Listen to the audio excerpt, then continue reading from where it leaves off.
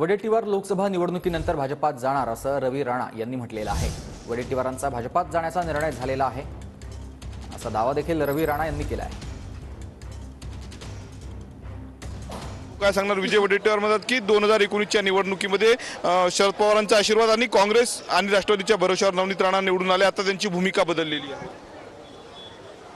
पूर्ण चित्र स्पष्ट आहे की वडेट्टीवार हे भाजपच्या संपर्कामध्ये होते आहे। लोकसभा संपल्यानंतर स्वतः विजय वडेट्टीवार हे आपल्याला भाजपमध्ये दिसतील।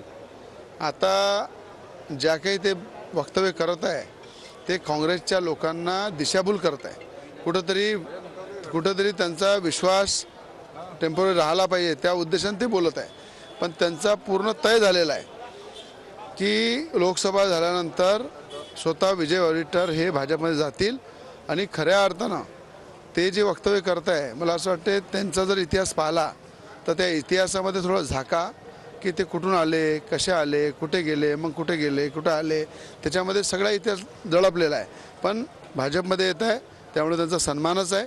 त्यांना मी त्यांच्या जास्त बोलणार नाही, पण थोड्या दिवसात पूर्ण पिक्चर क्लिअर होईल लोकसभेनंतर की काय काय झालेलं आहे। तर होते आमदार रवी राणा, कॅमेरामॅन दातोंडे, मी स्वप्नील उमाप, TV9 मराठी, अमरावती।